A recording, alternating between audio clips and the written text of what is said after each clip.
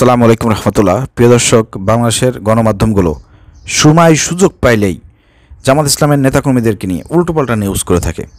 বাংলাদেশ জামাত ইসলামের ঢাকা মহানগর দক্ষিণের সম্মানিত সেক্রেটারি ডক্টর শফিকুল ইসলাম মাসুদ ভাই, তিনি রিসেন্টলি একটা বক্তব্য দিয়েছেন। তার দীর্ঘ বক্তব্যকে একটু মডিফাই করে তারা এমনভাবে নিউজটি করেছে, একটু দেখেন আপনার স্ক্রিনে। সমকাল লিখেছে, জামাত শিবিরকে নিয়ে ষড়যন্ত্র করলে 5 মিনিটে পরিণতি ভয়াবহ হবে।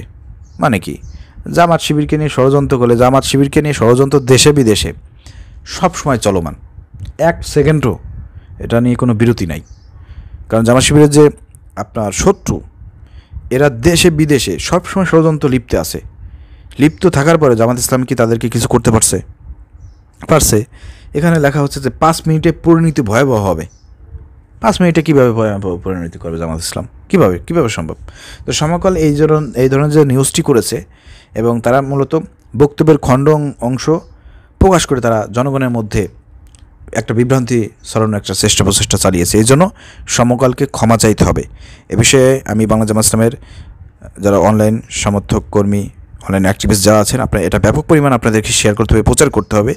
সমকাল কেন এই কাজটা করলো, তাদেরকে জবাবদিহিতার আন্ডারে আনতে হবে, তাদের বিরুদ্ধে একটা প্রতিবাদ করতে হবে।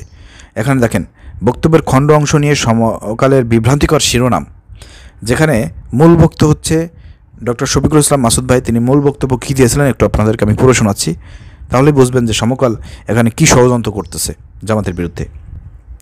দেখেন, এখানে মূল বক্তব্য হচ্ছে, জামাত ইসলামী ঢাকা মহানগর দক্ষিণের সেক্রেটারি ডক্টর শফিকুল ইসলাম মাসুদ ভাই বলেছেন, জামাত শিবিরকে নিয়ে ষড়যন্ত্র করে শেখ হাসিনা 5 দিনে দেশ ছাড়া হয়েছে।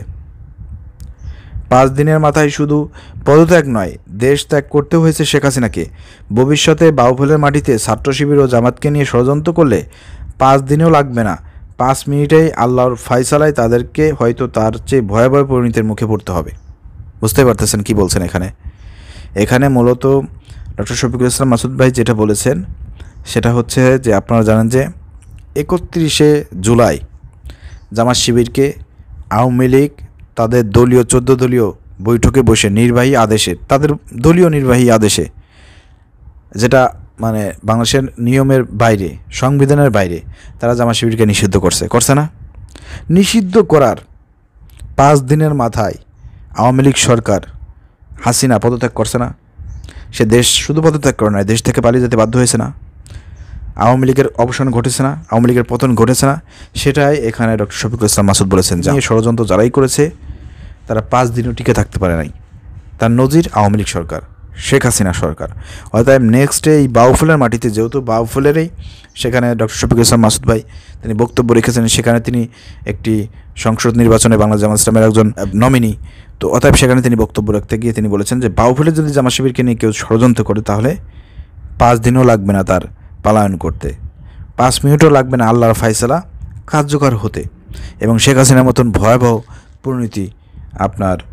পরিণতির মুখে পড়তে। এটা তিনি বুঝিয়েছেন। সেখানে সমকাল এমনভাবে শিরোনাম করেছে, এই শিরোনাম দেখে মানুষ ভিতরে কতটুকু পড়ে?